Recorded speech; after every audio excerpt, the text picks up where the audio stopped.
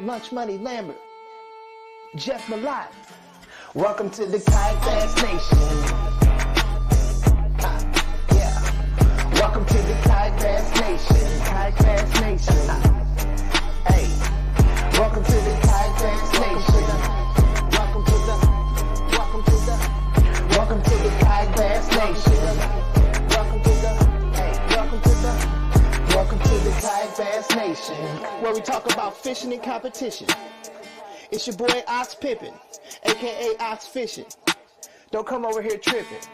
Hey, hope you enjoy the show. Jeff Malott, Lunch Money Lambert, Lego. Hey, welcome to the Kayak Bass Nation. Kayak Bass Nation. Yeah. Welcome to the Kayak Bass Nation. Kayak Bass Nation. Hey. Welcome to the Kayak Bass Nation. Welcome to the Kayak Bass Nation. Welcome to the Kayak Bass Nation.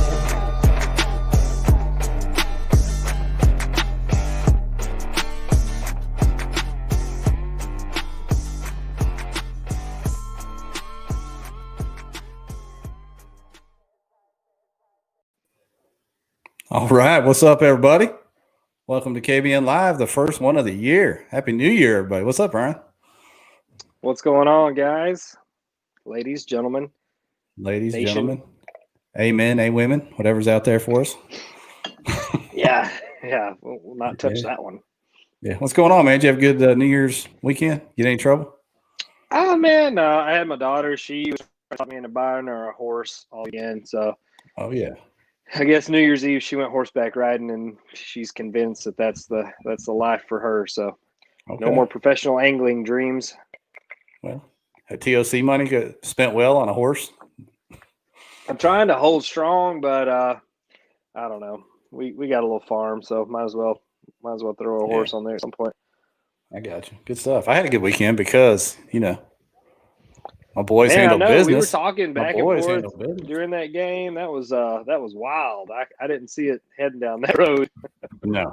I was just hoping not to get roasted too bad. Then they hung in there and did the deal. So we'll see how it goes next Monday. So they can keep it close. You got any bets? You putting any cash on it or? No. I'm nervous enough already. I'm nervous enough already on the games. I can't be betting on. That's wild. If you're going to beat Alabama, though, you do it throwing a football. That's how you beat Alabama. It's not by trying to run it down their throat. So that'd be a good I'm gonna have all my lucky charms out. Got my lucky Snuggie, my hat, hoodie, whatever I need to pull out. Don't judge me. Of the Snuggie, please. Yeah, it's good stuff. It's undefeated, really, when I wear it the whole game. Knock on wood. I think Jim's probably got a Snuggie too, if I'm not mistaken. Nothing big going on with this quick New Year. We still don't have a bass schedule. Got our fingers crossed for that. I mean, that's rumor is though, Jeff, it's coming. It's coming. It's close. It's coming. It's close. It's coming. That's what our football coaches used to always say. Every year at Arkansas here, they'd be 2-10. It's close. We're getting close to being good.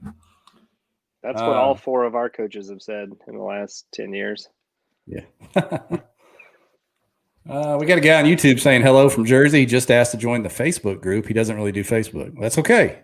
You're probably better off over there on YouTube. So appreciate you. YouTube's a safer spot, man. Appreciate you, Burn. What else is going on, man? First Hobie series coming up? Yeah, we got the house booked up the other day. Ready to head to Seminole and hopefully catch some fish. I know Shane and Dave, they've been down there poking around, trying to win pre-fishing again this year. I saw Barton and Matthew Van got out there. They're getting ready. So yeah, I don't know. It's going to be fun. Did they come up and fish that last year? Yeah. Van and Barton? Yeah. One of them, I can't remember if it was Brandon or Matthew. One of them caught a freaking giant on a drop shot. I think like a 23.5 or something crazy on a drop shot. Wow. Those salty boys out there throwing shrimp and shit. Well, we'll have more tournament news and stuff happening before long. Right now, we're kind of in the off season, right? You know what they call it? Yeah. Off season. But we did have some tournament news this week. That's our why we have this guest we have coming up, Jason Gardner from the new Elite Kayak Fishing Series up there in the Northeast. So Elite. I like the name. Maybe we'll get some background on that. Okay. Background on that, but we'll get him in here in just a minute. We'll press pause for a second. We'll get Jason in here and then have some fun talking to him about this new series. Be right back, y'all. Yeah, let's go. Welcome to the Kayak Bass Nation. KBN Live is brought to you by Western Sun Vodka.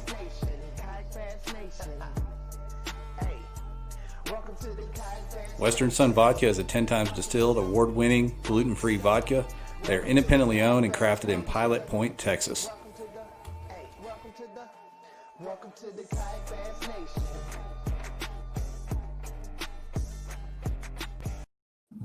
All right. What's up, Jason? Hey, how's it going, guys? Yeah, how'd you like that commercial, Ryan? Was that pro or what? I like it, man. I was watching it. I was like, caught up in the moment.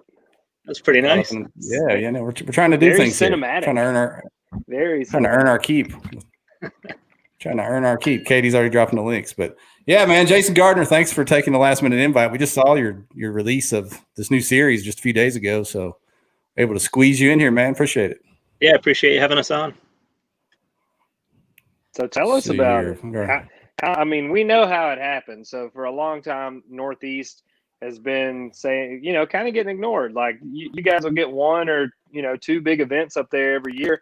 And it's 16 hours or so for you to travel to some other events. I mean, I think it's kind of only a natural progression that somebody stepped up and put something together up there.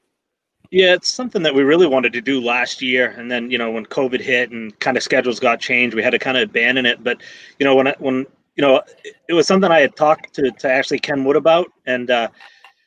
And when I was talking to him about it, he was telling me that Justin Hosner in New York actually proposed, he and Ken and some other people had proposed this idea like years ago, but they all got gung-ho, but it kind of never really kind of fizzled out. Nothing ever happened. And so when I brought it up to Ken and he talked to me about it, we kind of talked off and on during the off season and said we were going to run with it. And then this year, we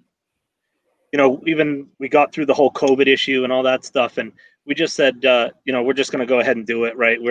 We waited for the schedules to come out for Hobie. We kind of waited for the KBF schedule to get out, and then kind of worked our schedule in around it. But we've been ignored a lot up here, and understandably, right? I mean, the South and for the most part has always been where a majority of these tournaments happen, right? I mean, it's where angling and bass and MLF and all those guys. I mean, it's where they focus, and you fish all year round, and up here we don't. But we got some great anglers up here, right? You got Matt Conant and Brundle and Ken Wood and Joe DeDeo and Russell Johnson and Harshman and all these guys up in the Northeast and obviously the farther north and east you get, where I am up in Maine, I mean, any trip is a long trip, right? I mean, South Carolina, looking at Lake Murray is 17, 18 hours, right, to get to a trail event. And, all the Hobie events, you look at Erie last year, and for me to get to Erie, it's 14 hours each way. And when you're factoring in costs and looking at what you can cash, right? I mean, you look at min cash and you look at the high cash and try to figure out, where you think you can go and what's cost effective. And, the farther you travel, the harder it is. So, we just want to give some guys in our region a chance to compete at a higher level without having to travel that far. Yeah. You guys kind of under the radar pull big numbers when there are events close by. So what kind of attendance are you expecting for these events up there? I always go low. Like, when I was talking to Ken and Adam Rourke, who's the other guy that's really helping us out, when I was talking to them, I was hoping for like 60, 70 guys, right? Just because we still do have COVID issues and some travel restrictions and stuff up here. And, but the more that excitement that builds and the more people that we kind of talk to about it, I think it's realistic that we can hit the 100 mark on a consistent basis. All the KBF events, when they come up here, we were, anywhere from 80 to 130, 140 people attending those events. And I don't see any reason why we can't pull those numbers again. What kind of entry fees y'all looking at for the series? We went back and forth on that. Like, we really wanted the higher. We wanted a middle ground between like a KBF trail event and a Hobie Bass Open, but we ended up bringing it down a little bit. We went to 125 for the regular events, and then the championship event. We really struggled with too. We're going to go to 175. We wanted more, but it's our event is 3 weeks before the KBF National Championship, and when we looked at people, if we went to a $250 or $300 entry fee, and then we didn't want people to not do that because they, had this big trip planned where they were going for a week and spending a lot more money, right, to travel and hinder that. So we just went with the 175. How long a trip is that for the Natty for y'all to get to Shreveport? For me, I think the last time we went, it was drive time when you map it is like 27 hours, but we actually stopped in Nashville and stayed at my buddy's house and then made the trip the rest of the way the next morning. But yeah, I mean it's a long haul. So gosh, I probably would have just stayed in Nashville. Yeah, I know. I'd pass on that one. Yeah, I said I wasn't going to go this year, but Caddo Lake, man. I mean, I loved being on that, and the more I thought about it as it kept going, now I'm talking myself into going. So. In the springtime, that bite was awesome. I don't know how comparable the bite is in the fall, but that spring bite was pretty fun. Yeah. It was a good place, man. I pre-fished everywhere and said I wasn't going to fish Caddo, and then struggled every place else and ended up on Caddo. So, 35 hours all told, Kenwood says. I don't know what. Yeah, I think. Yeah, I think that was with stops and all that stuff along the way. Stopping for gas and food and all that stuff. So. Who has the worst, you think, Ryan? The West Coast guys or the Northeast guys? I was bad at geography. How long does it take those guys to go? I mean, the Northeast guys have those accents and the attitudes. The California guys are pretty just weak and, lispy. So I don't know. I don't really know. More natural disasters are in California, so you got to factor that in. But, overall, it seems like the Northeast guys tend to cash more checks than the Cali guys. Well, but I was really just asking who you think has to drive further, but I appreciate that deep analysis of their character. I wanted to make it personal, Jeff. I like that. Yeah. Those guys catch the same kind. Well, I shouldn't say catch heat. Get as heated when the KBN rankings get released because they don't ever have anybody in there either because they can't. Yeah. They just can't travel nationally. And I feel bad every time the last couple of years. Jason and I actually traded some DMs about that. This could be the answer right here. If you guys have, a pretty solid attended series, then boom, there you go. Yeah, we'll I really one-hit wonders. Yeah, all of our trails up here, the local trails, we're all growing so fast that I don't see how we can't pull 100. I mean, I think I'll be disappointed if we don't pull a minimum of 100 at each event. But, even my small trail, the one that we run here, 5 years ago when I first started fishing, we were like six or eight people fishing in a tournament, right? And that was if everyone showed up. And, last year, so 4 years later, we were upwards of, I think we had 30 members. I think this year will be upwards of 40 to 50, which is, for this area in such a short amount of time, it just shows the growth and the potential that we have up here. And Ken Wood in Mass is the same way. He's running 2 divisions now, an east and a west side, because his events, he'd open his events up and they'd sell out in 2 minutes. We're limited here based on permits. So he had to open up another division just to get more people to fish. And, all the areas up here are kind of doing the same thing. So. I don't see any reason. What's the geography like on the how far? You've got your schedule out. So what's the furthest distance event to event or whatever? So we tried to keep it so it was a day's drive at a maximum. I think for me the longest, which obviously would be for them because we're having one event in Maine. I think for me it's Hopatcong in New Jersey, and I think it's I want to say it's 7 hours or something like that. I think to Cayuga was the same. I think it's 6.5 hours, and those are the 2 furthest events. So obviously our event will be the furthest for those guys. Winnipesaukee for me is an hour and a half, and then Champlain is probably 4.5, 5 hours. So really not that far. Oh God, I got what is it? Hopalong? Is that where Ike had his charity event this year? Yeah, that's where he was supposed to go this year. I don't know if he actually ended up having it there or not, but that's where he was supposed to go. I don't know if that got pushed or not. I thought I remembered hearing that lake name mentioned, though. Yeah, that's where it was supposed to be. I threw the schedule up there. Man, we got to get these DMs out the thing. Yeah, put DM in Jeff. Yeah. Man, come on. Yeah, we'll try. I'm trying to throw the schedule up there to let you break that down as far as, the lake names are there, but what kind of the breakdown of the states? Where are those lakes at and kind of geography behind those? Hopatcong's in New Jersey. It was basically when we considered what we want the Northeast, right? I mean, Pennsylvania and Ohio are in there, but I don't think they really classify themselves as being Northeast. So we did the cutoff New York, New Jersey area. So, we went furthest south we could. The original plan was to run that in April because being the furthest south, we figured it would be the first place to open up water. But they're fighting some pretty severe COVID restrictions there. The state won't even talk to them about permits. So we kind of moved them to July. Cayuga, that's in New York. That place up by the Finger Lakes, that place is incredible, especially the time of year we have it. I think it was several years ago. I know that KBF actually had an event on there. It was around the same time of year. And, talking to people, I think like Ken Wood put up like 87 inches or something like that day and finished 17th. And I think it was mid to high 90s what ended up taking it. So, it should be right pre-spawn for them up there in early May. So, expect big numbers from them. Winnipesaukee in New Hampshire. We've had a couple of events there. I think there's been, 3 KBF events there now, 2 or 3. But for New Hampshire, it's really the biggest body of water they have, and that has multiple launches. One thing that we struggle with in Maine and New Hampshire is launches. Most places, since there's really big on conservation, only have like one launch. And so to try to think you're going to get 100 people at one launch is asinine. So obviously we went with Lake Winnipesaukee. We've done well there. It's got big largemouth, big smallies.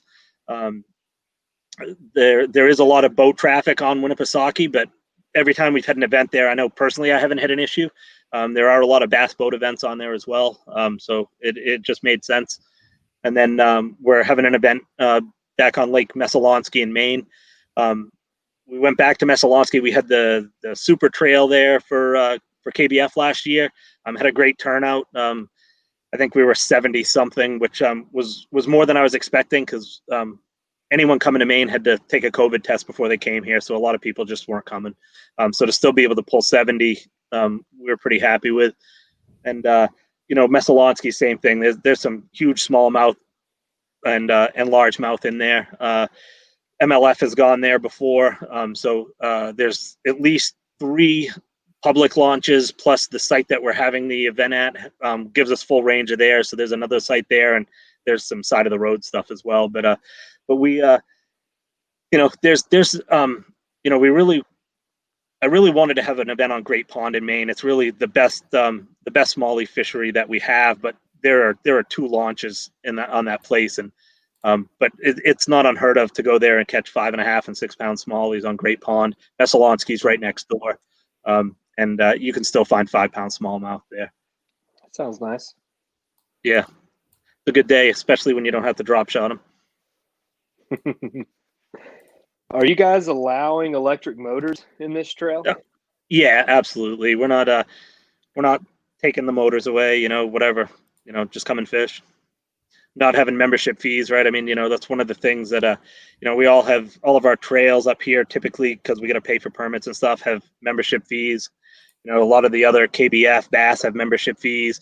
We just want people to come out and fish, so we're at no membership fees. So. Gotcha. Describe the fishing environment up there. I mean, a lot of people know about the Southeast and Texas and Florida and all that kind of stuff, but there was a reason that you Northeast guys can come down south and seem to do so well. Describe the cover and the kind of lakes you're fishing up there.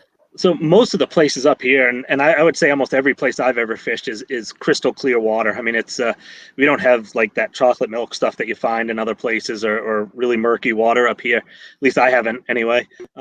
There's tons of grass. I mean, tons. Every place you go, it's grass and rocks, right? And it's one or the other, and that's where you'll always find fish up here. So,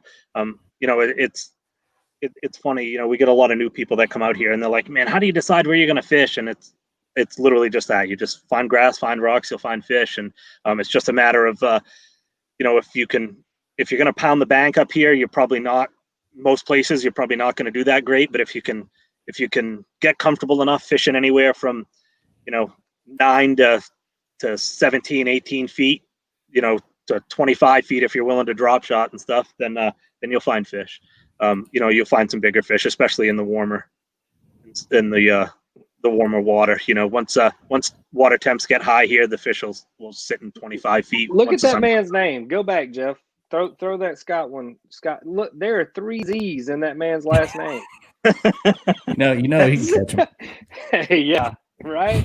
Dang, he cleaned house. It's funny. He talks about catching 100 smallies at Winnie. The first time I ever set foot on there, was for this. It was the first time I ever traveled for an event. It was like 28 people, and I went to Winnipesaukee, and I just picked a launch and I pre-fished it for like an hour because it was almost dark. It was just a train wreck, and then I couldn't catch fish. I broke one rod and I lost another one overboard. I mean, I had no business being out there, but I ended up finding this little island, and it was covered in rocks, and so I fished the big island next to it and came around the corner and went to this little rock island, and there was another guy that I traveled with that was fishing around the same area, and we just started throwing green pumpkin Senkos there. And I bet between the two of us in the last 5 hours of that event, if we didn't pull out 60, 70 smallmouth, it was unbelievable. We went from not catching any fish to just finding them all stacked up in, 6 feet of water. And,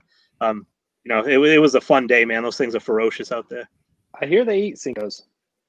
Yeah, they do. It's funny. That's all I used to throw. I mean, that is it, and it's been an ongoing joke up here, especially in my own trail, because, I could go out fishing and go through 8-10 bags of Senkos in one fishing trip. And now I can't, last year, I don't think after March I threw a Senko. I've tried to, you can find fish with Senkos, but I'm quickly learning you can find bigger fish on other stuff. So I don't know, man. I can't think of many better days that I've had than a good consistent Senko bite. Like down on Gunnersville in the summertime, I find anywhere with shade, throw a Senko at it, and you're gonna pull something good out. Rusty hook and a Senko, right? Yeah, rusty hook and a Senko. Yes, you got it. Put it every cypress tree you see. Just know that. Yeah, that's why I was comfortable fishing down in Louisiana on Caddo, because that was right at the time when I was mostly throwing Senkos anyway. So I was pretty comfortable throwing those. That's all you needed down there until the wind blew on day 2. Then you could get a spinnerbait out, but pretty much Senko City. Yeah, I was lipless. I found lipless crankbait early in the morning. Caught like 5 or 6 fish in a row on that, and then the bite completely died. And then I went, and that was off the trees. And then I went into the trees. And yeah, you won't find me with a lipless, especially not down there. I don't like treble hooks. Yeah, I don't either. I've taken enough in the palm of my hand to. Josh Smith said Scott murdered the alphabet. How do you pronounce the man with 3 Z's last name? You know how to pronounce it, Jason? No clue. Okay. Yeah, no clue. We'll call him Scotty Z. That'll be his name. Scotty Z. Nick Langton. Z Scott.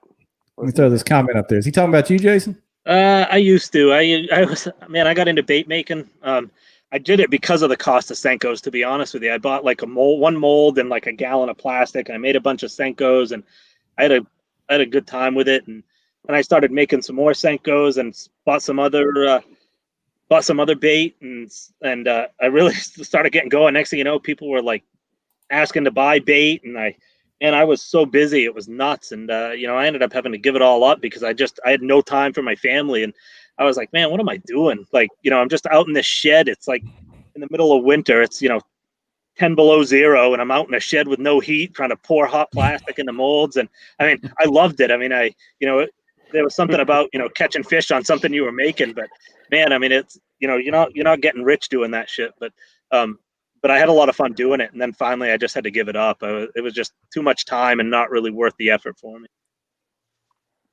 Let's see here. Clifton We Allen. have 2 real questions that were posted. Yes, that's one. What's your It's hat? A real tree hat. It's a real tree fishing. Realtree with the blue. Okay. Hashtag sponsored. No, I'm not. Not by them. All right, we got that one out of the way. You got the next one ready, Jeff? What's your other one, Ryan? There's a couple of them on there. The Nerf gun, man. Yeah. They Okay. wanna know Okay. about that Nerf gun. I'll take a picture of that wall. I built it for my son. I got a huge 4 by 8 foot pegboard up there. My son's big into Nerf guns, and I built this wall so he's got his arsenal along that whole wall, and then I've got my gun safe on the other side where the real stuff is. I was gonna say that's like the only guns y'all are allowed to have in the Northeast, isn't it? No, he's in Maine, not New York. Yeah, he's not New no, York. we can conceal carry without a permit here, so we're pretty open as far as that goes. Yeah, assume everyone down here is concealed carrying all the time. Yeah, and that's always the hard thing for me when I travel is like a lot of times guys are carrying with them, which is great, but I never know where you can, where you can't, and everywhere down here. Don't even check up, man. Really? Just tip of a hat. When you get pulled over and you put your beer in the cup holder, be careful when you open the dash. You don't want to don't want to let the gun fall out. Sorry, officer. Jake Harshman. Yeah. I think Jake would have to put his own beer away first before he said anything to you.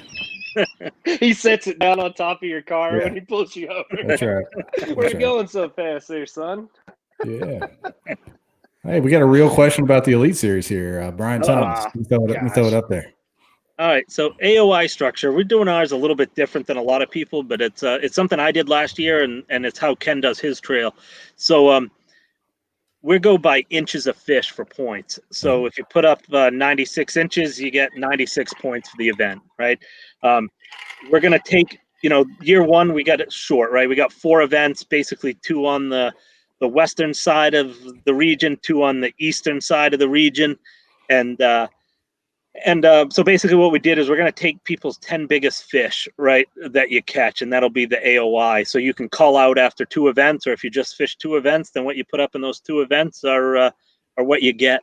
And then the championship event, and Ken will probably correct me if I'm wrong here, but I think we said we're going to do 1.25 points for the championship event, right? So to give it a little bit more weight to that championship. So you put up 100 inches, you get 125 or whatever, and add that to it. So that way it'll, it adds a little bit more suspense, I guess. And somebody that's sitting in 5th place, right, if they turn around and win that event, if they were out by, enough points, still has an opportunity to go win that Angler of the Year title.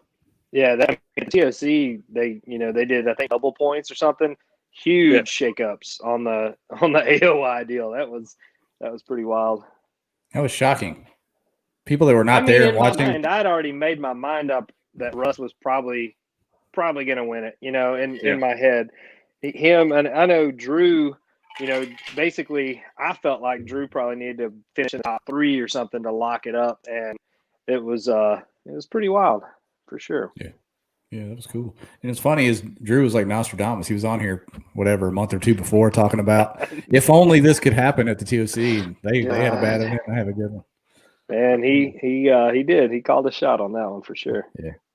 All right, we got a YouTube question for you, man, from Burn. Right. Why only catch boards allowed?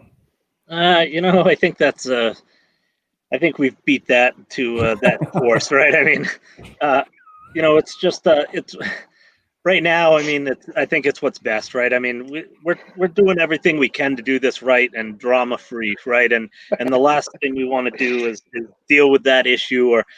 I think it was more of a two when we were looking at it. We really did go back and forth for a while on it, but I think we at the end of the point, I just think we didn't want to have to answer questions on why we allowed it, right?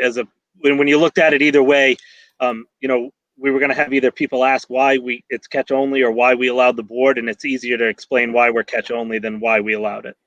Your rules can bend, but your boards won't. That's the motto. There you go.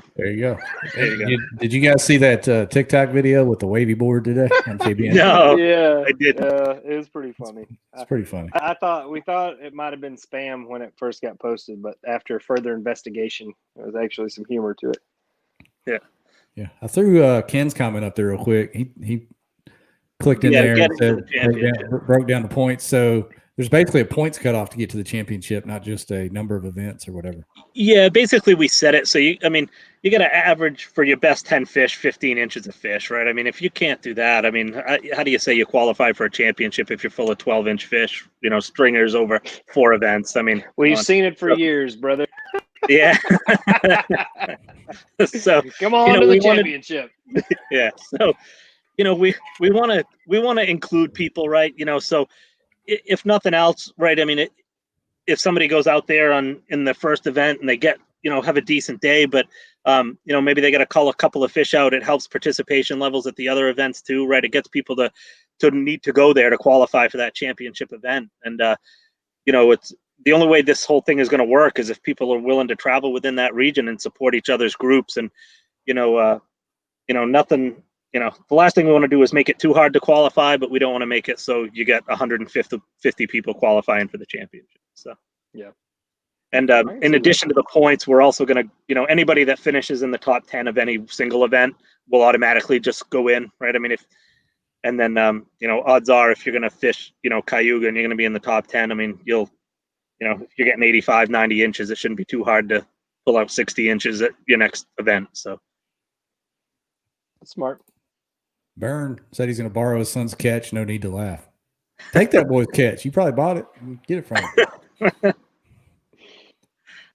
I got plenty of my own. I can lend one out. There you go. Look at that. Everybody's going that way. I mean, it's just how it is. It's the only decent. I mean, currently that's the only metal board that you'll actually have to work to modify on the market. So I don't, there's not too many other arguments that can be had for it. Yeah, I got one of the new aluminum, the X, I think they're called Catch X. I got the lighter weight aluminum ones. I got one of them coming in. Those look pretty nice, and but agree. I think the aluminum ones, the ones that make the most sense. But we'll accept the other one as well. So the other Catch Carbonite. Okay. Yeah, that yellow one. I don't know. Jim Clark might argue with me, but I did a video comparing the two. It does not flex near as much as a hog dog. Right.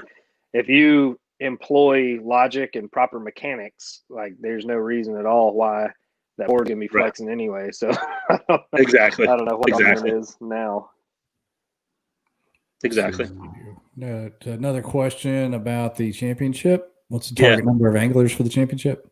We were talking about that between ourselves, and I don't know. It's really hard to say, right? I mean, it's based. We don't know. Once again, if we get 60 anglers per event, or you get 120 anglers per event, it's going to really skew that championship number. I mean, it could be a jump. I mean, I want to see at least. I'd like to see at least 50 to 60 guys at the championship. I mean, when we first talked about this, we'd like to get to the point where we're pulling in enough sponsors and and things like that, where the championship event can be like a no entry fee type of event where, where it's bigger money and we narrow it down, right? I mean, it'd be great if you had a championship event that was a no entry fee and it was only the top 25 people went and fished it, right? And, really that's kind of what we envision, but realistically getting off and getting started, I mean, it's hard finding people to invest and to invest in something like that when you haven't proven anything yet. So, we're going to go this route and as things grow, we'll adjust if we need to, but I don't want to get to the point where we're changing things every year. You need to have a set model and work it. Let's see. Jake asked if someone wins an event, is that not an automatic championship invite? It is. Yeah. I mean, any top 10. So, somebody one of the Pennsylvania guys comes up to New Jersey and qualifies, finishes in the top 10, then they're qualified into the championship, and that was part of that reason why, right? When we were looking at events, we're not open to expanding outside of where we are right now, right? But we wanted to keep it somewhat reasonable. And part of the reason for having that New Jersey event is because of somebody from Maryland or Ohio or something like that, right? The Ohio isn't that far from Cayuga. If one of those guys wants to come over and try to qualify to come fish Champlain, then more power to him. Just need to fish that top 10 and then you don't have to worry about traveling again. Nice. Shoot your shot. Are there any length requirements for your tournament as far as kayaks go? Any length? Like the length of the kayak. This person's fishing out of a. Oh no, he's fine out of the Flint. No, that's fine. I mean, we'll just go with like the standard kayak equipment. I mean, I'm not going to get into right. I mean, I guess if you want to follow what KBF's doing, right? I mean, Blue Sky Boat Works. I got my opinions on those, right? But I mean, someone's got one. They're allowed in the other trails. More than welcome to come fish our trails with them. There's no I way think you you're can. probably more at a disadvantage if you're in a Blue Sky than anything. So take Yeah. off. Yeah, if you're fishing out of a new canoe, there's no way you can limit yourself, is there? Well, not any more than you did with your purchase. And it's funny because I actually want a Blue Sky. Like if I had a little cabin somewhere and I never had to take it out of the water, I'd love to put one out there and just use it just to go fun fishing or something like that. Put a motor on it. Yeah. Yeah, absolutely. Absolutely put a motor on it. And, because I think I could get my kid out on that with me and, a little bit easier.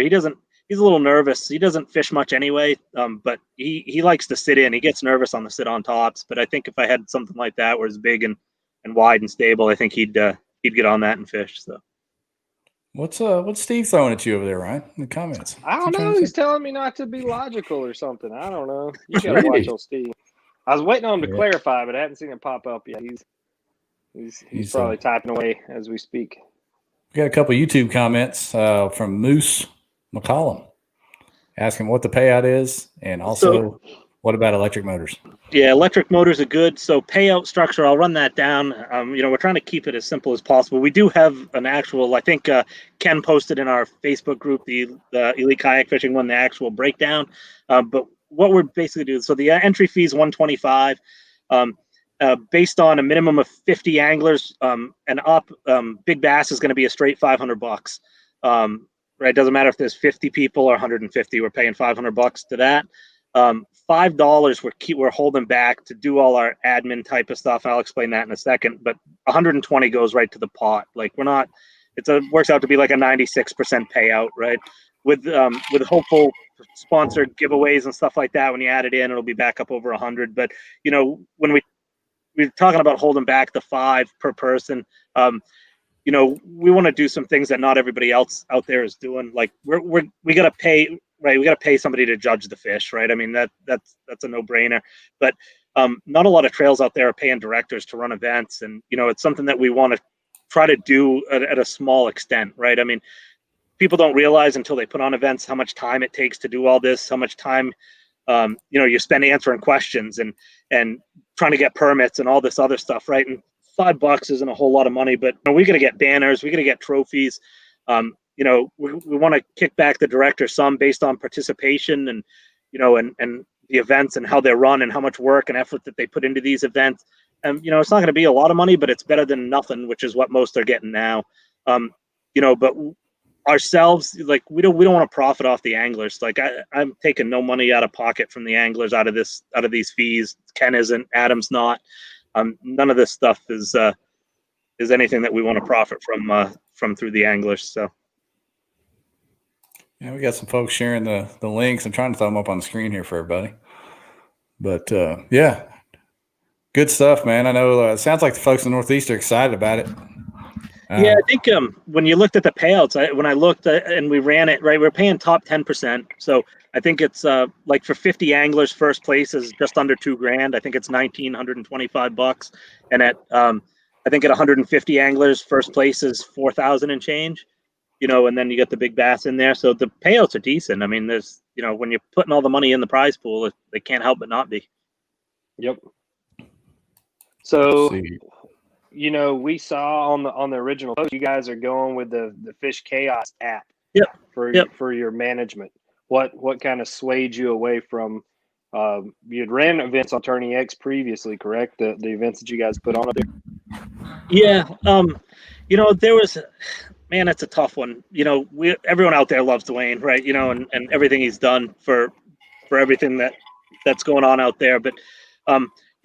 We are a KBF partner trail, right? Meaning we can give away KBF championship slots. We, for the most part, follow KBF rules, which are pretty much the standard anywhere. And both, my trail voted to go with Fishing Chaos and Ken's trails with Fishing Chaos. So, we just felt like it made sense to that we would roll this trail into it. There's some advantages to Fishing Chaos where, when you're dealing with the kind of money that we're dealing with at this level, if we get 150 people thrown in $125, right? I mean, that's not, like a local trail that's dealing with, $1,100 at a tournament. I mean, there's some real money there. And, one of the things that I like about it is when people pay through Fishing Chaos, the money stays right there and it stays into an account. So when it goes time to pay out, I can just withdraw that into a separate account, have it out there, and then dish the money out, right? There's not money that's going into my bank account or Ken's bank account or Adam's bank account. It's just it's held right there for everyone to kind of see, and that was an advantage for us. But I don't know. It's a hard thing to answer, to be honest with you. I struggle with it because of just my relationship with Dwayne. So that's the one thing I liked. Ryan and I had the Fishing Chaos guy on here and talked about some of the features. And that virtual wallet, basically, was a very nice feature. So and talking to them, they said they want to get to the point where everybody has their own virtual. So the members, right? You would have one, Ryan would have one, and when the event's over, you can literally just shoot the money right from your club account right to the people, and then they can either keep it there in their account to pay more entry fees or withdraw it. And to me, that's a huge draw, right? To not have to worry about cutting checks or sending money PayPal and paying fees or trying to avoid fees. And, it's just one less thing to worry about. Pay in Bitcoin instead of cash. Yeah. Yeah. Yeah. Stock options. So what comes with being a KBF partner? You mentioned a KBF partnership and championship spots. I think about anybody give away a championship spot at this point. But what else does that entail? The insurance, they help cover the insurance, right? By being the KBF partner, they cover we're under their insurance policy. We're giving away the national championship slots. And right now that's it. I haven't had a whole lot of conversation. Chad knows that, that we're doing this, and I've had conversation, with him about it, and he's all for it. But we're running this trail, right? Ken, myself, and Adam. We don't call Chad for advice. We don't say, hey, what are we doing? Right. We don't use their judges. We're not using any of their stuff. Right. But, we've also partnered with the American Kayak Classic, I think is what they call it. The All-American Kayak. So, yeah, that's cool. So we'll be giving spots away, from them as well. I've said it a lot, through just, leaving comments and stuff, but we really do just want to provide the anglers up here just more opportunity to fish if they want it. Right. And so, the more that we can work with other groups and other trails to give them that opportunity, if they want to go fish that classic, then so be it. I got you. That's one thing that I know clubs will struggle with. Tennessee, Ryan, I know here in Arkansas, here in Arkansas, none of the clubs are going to be KBF partners anymore. And I think it's because they're trying to find the value. I mean, KBF gets a lot of value out of it, obviously. But I guess the insurance can be costly, especially for larger events. Is that the main value for you guys sticking with them, or just is there some sort of marketing potential there? There is. I mean, I know when we had discussed doing this last year, Joe with KBF, he had dropped a link on their Facebook page to our partner trail. So, the one that we were going to start last year. So they were going to link it. So if people were on the KBF site, it could give some traffic to us as well. Insurance is a big factor, but it's also, the Northeast is loyal to Chad and KBF up here because they have been the only ones, up until AJ now bringing Hobie Bass Open up to Champlain in June. Really, they're the only ones that would come up here, right? And so, there's a lot of loyalty and a lot of, to partner with them, does help KBF, right? And KBF is being the only ones to come up here to support us. We feel like we owe them that respect and that due for trusting in us and letting us have those events up here when obviously the other trails at the time wouldn't do it. So, I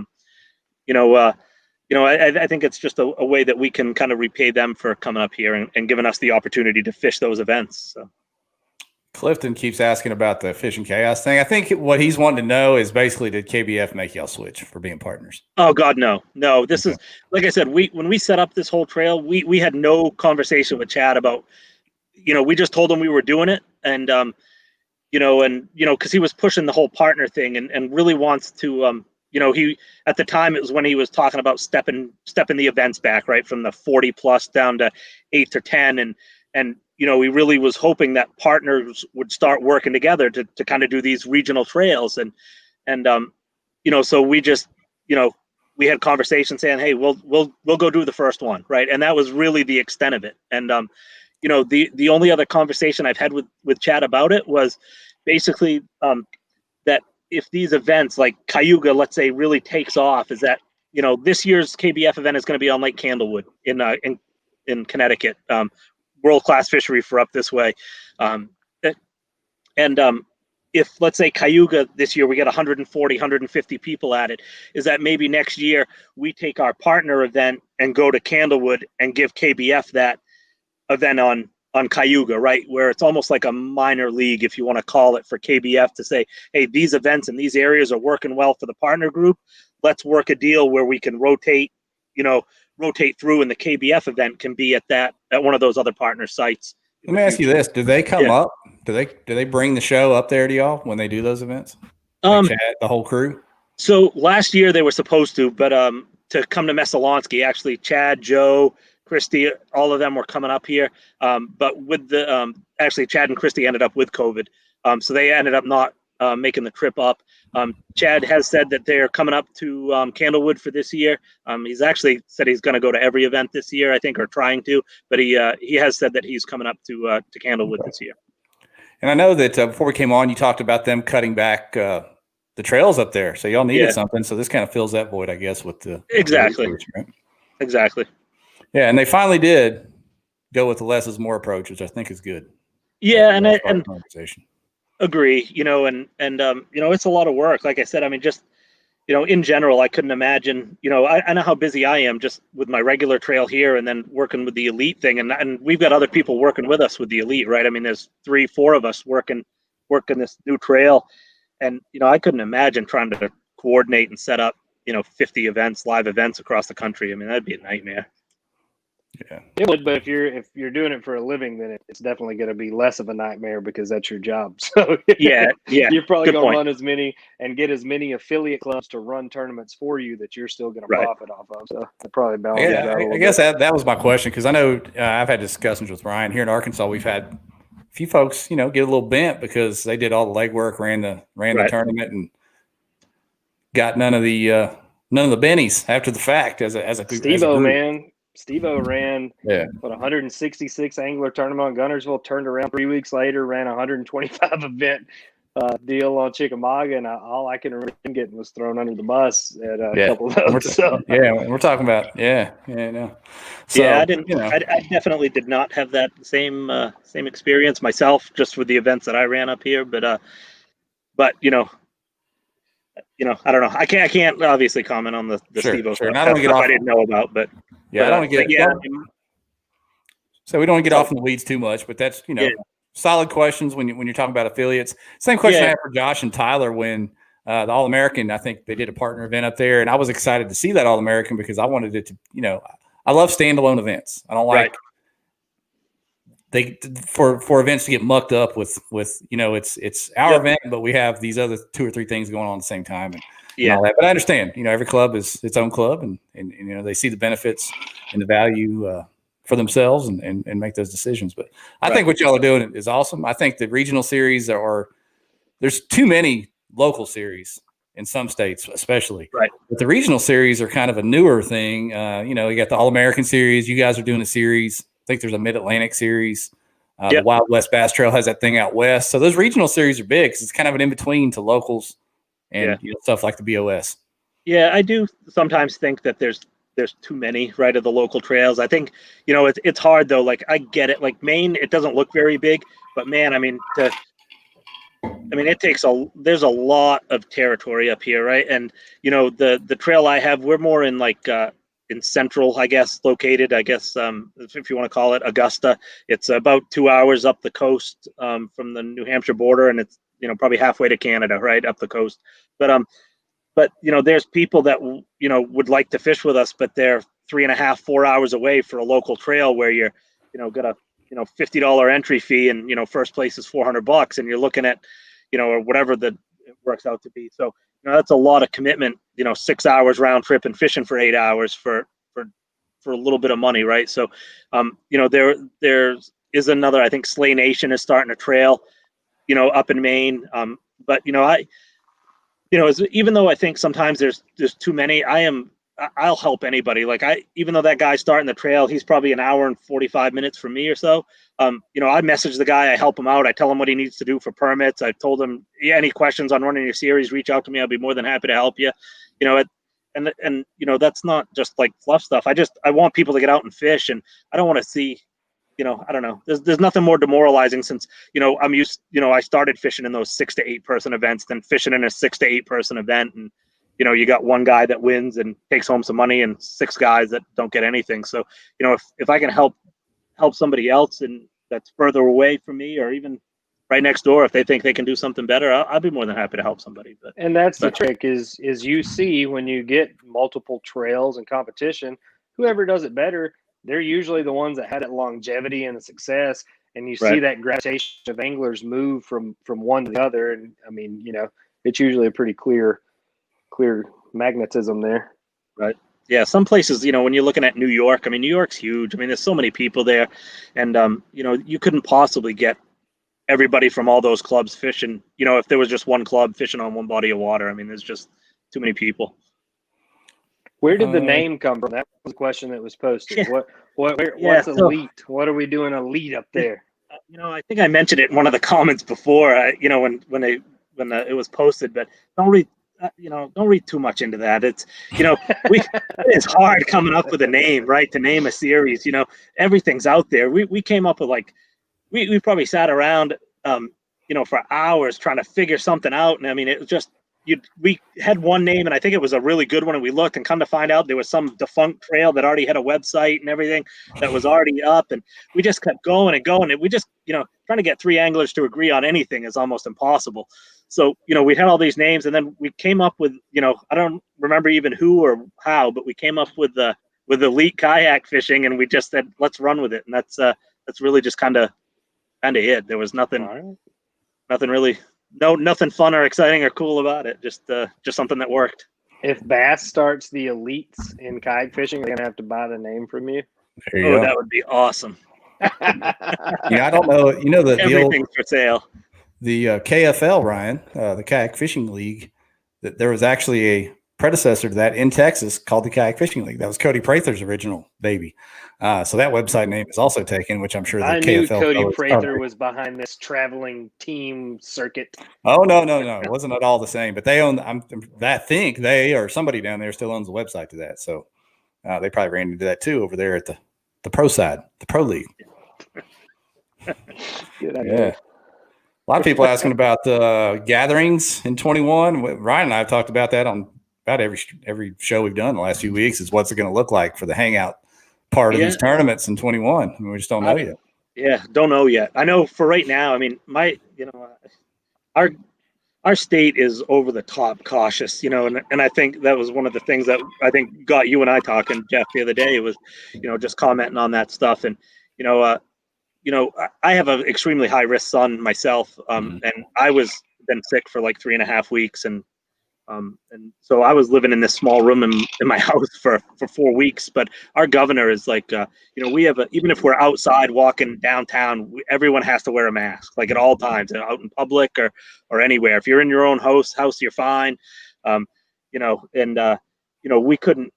Last year, when we first started out, we had to actually do our events where we had to launch in waves. So we'd have like 3 people at the launch, and they'd push off and go. And 15 minutes later, 3 more could go down and push off. And we'd come back. We'd alternate at 15 minutes on the return. So if you left at 6 and came back at 2, the next people launched at 6:15 and came back at 2:15. And it was a mess. But did y'all draw boat numbers or what? How'd you do that? No, actually, some guys like to launch late and some like to launch early. And so we would just put it up on the page, and I'd say, hey, who do you want? Who wants to launch when? And what if people didn't care, then we just filled them into the spots. And that's really how we did it. And we never really had issues. People just kind of picked a time spot and ran with it. And those ones that didn't care, I just filled into the slots. But once summer hit and the cases really started coming down, they let us start having events and gathered. And when we were at Snow Pond for the Messalonsky event, we had to stay outside, and for the most part, everyone was outside, but we all had cabins there, and we'd we had an award ceremony. We just stayed 6 feet apart and wore masks, but we were allowed to gather. But who knows what's going to happen when we hit Cayuga in May and some of these other places. The plan right now, if we have to, is we'll just kind of do a virtual type of award, but not really a whole lot of fun doing that. But there's no COVID at big gyms on Lake Seminole. If anybody wants to come, talk to Jim. Nice. It's COVID free. Come on down as close as you want to. We're gonna have a good time. Yeah, we've already got a spot. We've already got a spot for Winnipesaukee that we're looking to rent, and it's the same spot we rented before. It's like a big hall, and we're talking to Justin Hosner in New York about that, and I got Brian Balsler in New York working on the Champlain event site. So we're going forward with trying to secure locations and sites to actually have it, and then we'll just have to adjust if we have to. Ideas for non-endemic sponsors for 21. Guys ought to be going after UV light companies. You'd strap them on your forehead and everybody could get together and everybody be all right. Bad malaria pills. Everybody could just take one every Sunday and be fine, and you wouldn't catch the COVID anyway. Yeah. Josh Smith, he's gearing up for it. Yeah. Yeah, he was Josh was excited for it, man. He was messaging me at least like probably every 3 weeks. Got any more details? Any more details? So he's pretty excited. Josh is hilarious. We need to have him on here one night, right? He's a good dude. I've been on his show a few times. I'm gonna have to go restock the refreshments if we're gonna have him on here. The FCC might come after us, but it'd be a good time. Yeah. Dark Waters. Go check out Dark Waters if you hadn't yet. He's a good follow on Instagram, Facebook, and everywhere else. Can we pre-record it so we can edit things out just in case? Nah. Hell, we had Clifton and Benetti on here. We can have Josh on. Right. That's true. Yeah. They're asking for it. The crowd's asking for it already, Mark. Invites out, Josh. The crowd, Mark. Yeah, the crowd. I count that as the crowd. That's fake news. Oh, man. Oh, he wants nothing to do with the cesspool. Screw you, Josh. Everybody go and follow Dark Waters right now. All four of y'all go and follow. Yeah, I was just going to say that. Yeah, no, he's awesome. All right. Any more questions from the crowd before we get out of here? It's been a good time tonight. We've had a lot of people on. You Northeast folks show up, man. You say Northeast, people show up. They do, man. And that's what, Ken's group especially, man, those guys travel in packs. They'll get, the first time I went down and I stayed with those guys, I mean, they'll get 15, 16 guys. They all convoy down together or try to. I mean, the last time I went, there was like 5 cars and we were all just traveling down through. And, it's we're starting to get, even in Maine, I mean, a lot of my people just don't travel, but, we were looking to go to Lake Murray, and I think we got like 8 or 9 of our guys going down. So, we travel in packs. Yeah, good stuff. Hey, I did want to say one thing to you. Yeah. Give you a chance. One thing. Give you a chance to shout out the anglers that you feel deserve to be in that KBN ranking that came out. Because I know that Northeast felt slighted. All right. So give us your list from up north. Yeah. So I think Conant for one. Trail championships, the challenge championship. He finished. I think there was other trail events where he finished 4th. Won the national championship. Brundle, everywhere he goes, he's finishing in the top. Ken Wood, once again, I think, everywhere he goes, he's winning events for the most part. I think, especially over the last 2 years. But and then, I'd probably say at least those those 3 guys alone. One guy, and I know I talked to you, and not really Northeast, but was really just kind of shocked he wasn't there, was Casey Reed. Casey, I know any event that I've ever been to, when I know Casey's fishing it, I always expect him to be right near the top, and it's usually where he finishes. So Casey's my guy. He's an Old Town teammate, so there's no home cooking. I didn't cook the books and slide him in there. Yeah, I get it. I think those three at a minimum deserve. I think there's an argument for those guys to be up there. Yeah. And next year, I'll try to refine it a little bit if we can get some more events in there. It was just tough this year finding those national events. It was not a slight to those guys. Yeah. Same thing for the guys on the West Coast. Wasn't a slight to anybody out there. We know those folks can catch them. So I get it. I just like to, sometimes stick my nose out. People probably tired of hearing it. Whenever something's there, I always like to prime up, right? Thanks, the Northeast guys. It's just can't help it. I think I threw the GIF up there. It gets the people going. Yeah, exactly. It does. That's the whole deal. It gets people talking. Yep. It's people talking. What else you got, Ryan? You got anything else you want to talk about before we go, man? I think that's it, man. I don't know. In my mental checklist, which is completely blank, I think I covered everything. Yeah. It's been a good time, man. 2020 was awesome. 21 off to a good start, man. We appreciate you taking the time to come on here with us. Hey, thanks for having me, man. Appreciate it. Yeah. Anything else you want to shout out before we jump off? Hell no. It's like an hour and a half past my bedtime. I'm I feel that. Awake. My wife's going to be pissed because I always go to bed at like 8 o'clock telling her I can't stay up late. Now here I am talking fishing till 9:30 in the morning, 9:30 at night. All right. Yeah, I don't know. I don't know if we'll do one next week, Ryan. What time's that football game? I can't be on here while the Buckeyes are playing. There's a football game? Yeah, the Buckeyes ain't gonna be playing in it. Don't worry about that. I'm just hoping to keep. Maybe we can. I can have it on while we have the show. Could be colorful. A live stream of commentary. Yeah, you'll sure do all the questions, and I'll just stare at the television and scream while we're doing it. But no, man, good times tonight. Appreciate you doing it. We'll wrap this thing up. Try to get you another guest rustled up for the next week or two. Thanks for coming on. Appreciate it. If we don't see you guys next week, it's because of Jeff's football game. That's right. My fault. Sorry. Go Bucks. Have a good night, guys. We're gone. All right, see y'all.